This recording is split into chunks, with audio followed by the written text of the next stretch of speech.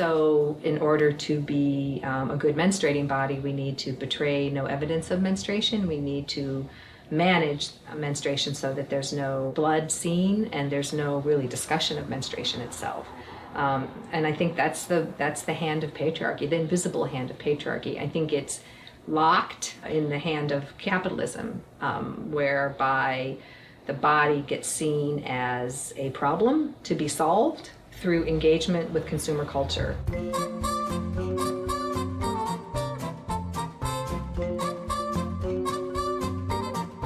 Hello and welcome to my channel. These are all your period essentials.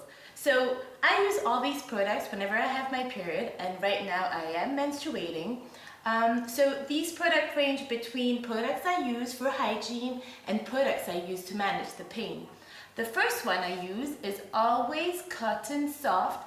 That one I use on a daily basis when my period is kind of flowing, just started, not really. Then I use the Always Night Maxi Thick, Super Plus if I have to exercise. This is like the drug that is like magic. Now you might wonder how much all this might cost.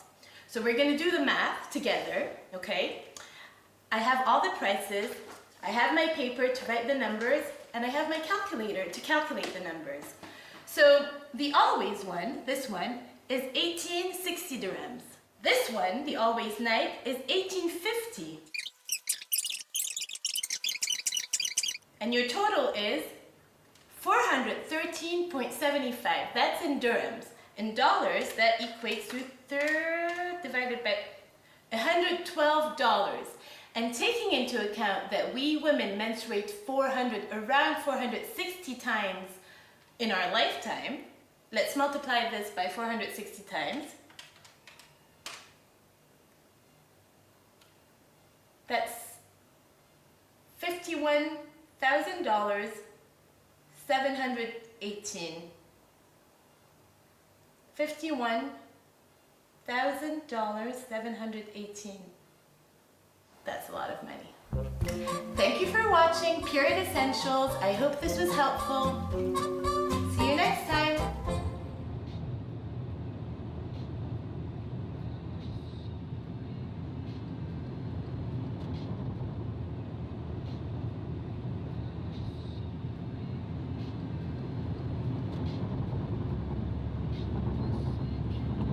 What should I focus on, for example?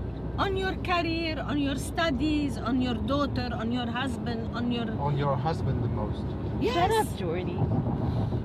Of course. But I am focused on لا everything. بس يعني your body فلقتينا of your body.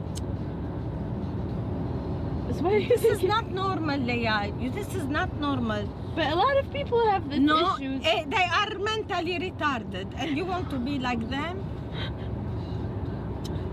ما حلو. But usually this comes up when I'm gonna get my period. So now I'm PMS. Every No, 15 days don't tell you me want that. to PMS? Yeah.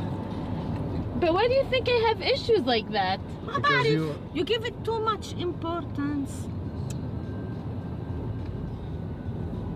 But I can't control it. لا you should control it. ليا أنت عندك volonté. But même avec ça, j'ai pas la Voilà, volonté. tu as la volonté. Tu as la volonté de faire beaucoup de choses.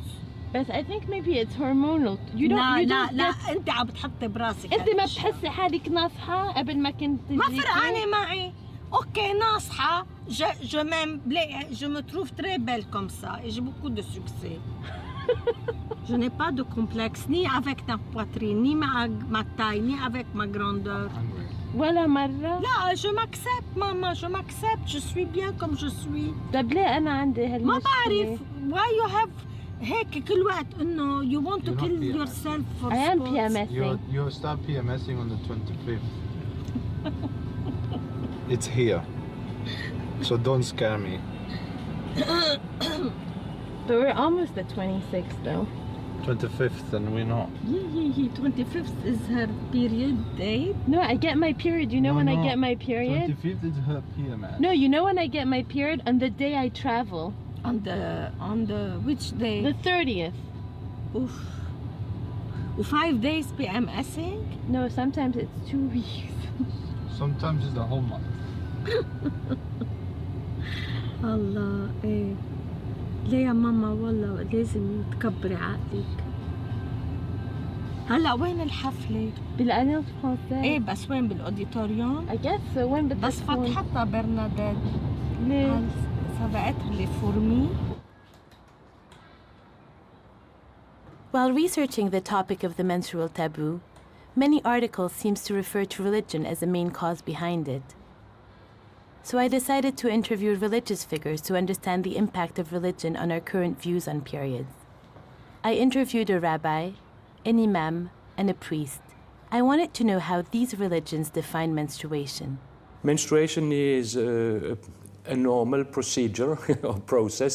There is no special place or role menstruation plays in our religion anymore. Although in the past, of course, influenced by Judaism and the different rules and laws which exist in the Old Testament, also in Christianity we have had in older days some restrictions in regard of menstruation or in regard of giving birth to a child, but all these regulations and rules disappeared in modern times. Judaism does not celebrate a woman's menstrual cycle, and there's a reason for it, because it's considered very private.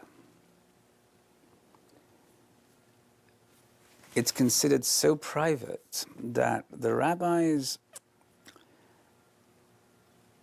went a stage further in the Talmud and said that not only should there be no physical contact during her menstrual period, but to protect her privacy, other than her husband, there should be no touching at all. Now, why would they do that? And the reason they're doing that is not to embarrass the woman. If I shake hands or hug just a woman, and then all of a sudden I don't do that when I meet them because I know she's in her cycle, it brings to the forefront and it tells everybody, oh, she must be having her period. And it could cause embarrassment. And so we don't do that. عندما أتى رجل إلى النبي عليه الصلاة والسلام يسأله عن موضوع الحيض عند المرأة، فنزل قول الله سبحانه وتعالى في القرآن الكريم: ويسألونك عن المحيض قل هو أذى فاعتزلوا النساء في المحيض. قال العلماء: ما وصف دم المحيض كما وصف بالقرآن الكريم بالأذى؟ قالوا إنه أصعب بمعنى أشد ضرراً من الزرنيخ، من اليود، الأشياء المسببة إلى الموت المباشر، فقالوا عنه أذى. سبحان الله، أتى الإسلام لينقي هذا الأمر، أنه جعله هذا الأمر جعله بموضع النجاسة. الرجل بالنسبة للمرأة له كل شيء بالمرأة حتى في حالة الحيض، سوى أن يتجنب هذا الموضع كما ذكرنا، وله ما فوق الإزار بكامل جسد المرأة. I never really thought of the huge impact patriarchy has on our menstruation. We, men and women, have been conditioned to view the menstrual cycle as something dirty, and we have internalized that. I'm not religious. I might have been baptized as a child, but we never really practiced our faith. But actually, listening to these men, I realized that this is beyond practice or faith or spoken words. I understand why women today have a hard time accepting this vision.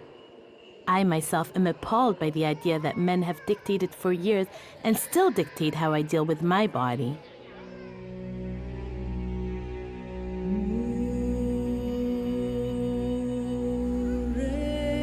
So I decided to delve into an alternative world, and I was amazed to meet women who were rebelling against patriarchal capitalistic principles and creating their own connection and writing their own stories about their cycle. Women who paint with their blood, who reconnect to their feminine figures through movement, women who paint their womb, women who give back their blood to the earth, women who write to their blood. I even participated in some of the workshops and wrote a poem to my periods. I learned new ways to look at my cycle. And this one says, come with peace, love, and wisdom. come and help me release what I no longer need in my life. I like my pad. And through this somewhat underground society, I was put in touch with Vanessa, a keeper of women's secret, who has dedicated the past 10 years of her life helping women reconnect to their cycle. I wanted to know what led her into this field. What I found on my journey was that I was in extreme pain. I had endometriosis, and they wanted to remove my womb, or a partial hysterectomy. And I was faced with that, and my initial reaction was, yeah, get rid of it, hate it, you know, ugh, and then I don't have to have it anymore. And it was only when I came home from the doctor and said to my husband, you know, partial hysterectomy, and he was like, yeah, go for it. And I was like, what? This womb has given you 4 babies. How could you just say remove it? And so suddenly there was part of me that was defending my womb, even though just half an hour before, and I was doing exactly what he was saying, you know. And then what happened was I literally opened a can of worms, literally by, you know, and realized, oh my God, I hate my blood. I hate my period. I hate the inconvenience of it. And I have hated it ever since I was 13 from my first blood. And my mother, bless her, she used to call it the curse. And so the curse would visit every month. And it was a curse because I called it a curse. So immediately when I was looking for ways of healing,